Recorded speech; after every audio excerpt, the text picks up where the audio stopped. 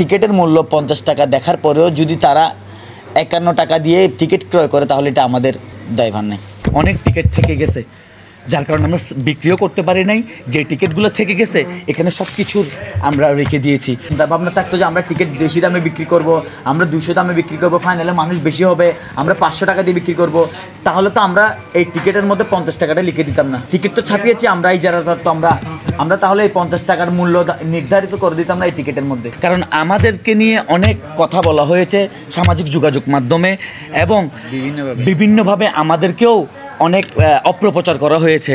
আপনারা জানেন সাংবাদিক ভাইগণ, আমরা এর কারণে সব কিছু নিয়েই আপনাদের সামনে আজকে হাজির হয়েছি। এবারের জেলা প্রশাসক গোল্ড কাপ ফুটবল টুর্নামেন্টের আমরা শুধুমাত্র গেট নিলাম খরিদ করি।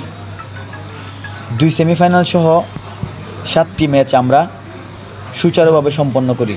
নির্দেশনার আলোকে আমরা প্রতিটি ম্যাচের জন্য আলাদা গ্যালারি টিকিট ছাপিয়ে নির্ধারিত 50 টাকা মূল্যে দর্শকের টিকিট বিক্রি করি। মূলত বিপত্তি ঘটে ফাইনাল ম্যাচের আগের দিন থেকে। 2-3টি অসাধু প্রতারক জালিয়াতি চক্রে রাতের আধারে বদরমুকাম সড়কের ছাপানো কয়েক হাজার ভুয়া টিকিটের বান্ডিল সহ প্রতারক চক্রকে হাতে নাতে পুলিশের কাছে ধরিয়ে দিই।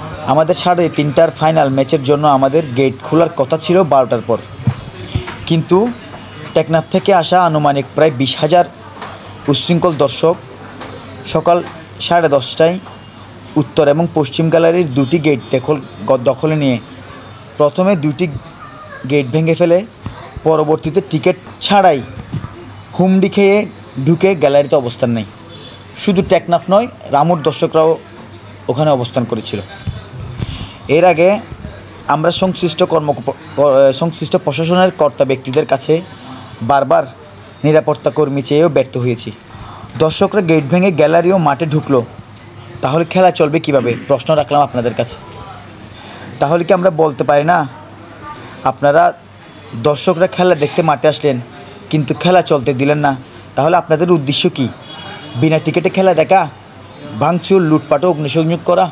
তখন আমাদেরকে আইনশৃঙ্খলা বাহিনী যারা আসছিলেন, আমরা তো খেলা নিয়ে ব্যস্ত ছিলাম, ওনারা বলছিলেন আমাদেরকে এজাহার করতে, এজাহার দিতে, কিন্তু আমরা খেলা নিয়ে ব্যস্ত থাকলে আমরা বলছি সন্ধ্যার পর আমরা এজাহার দিব, খেলার পর আমরা এজাহার দিব। আমরা আজকে যে এজাহার দিয়ে আসছি মামলা প্রক্রিয়া দিন তাদেরকে দ্রুত অ্যারেস্ট করবে। আমরা তাদের নাম ঠিকানা সব পেয়েছি প্রতারক চক্রের। আমরা প্রশাসনকে সহযোগিতা করে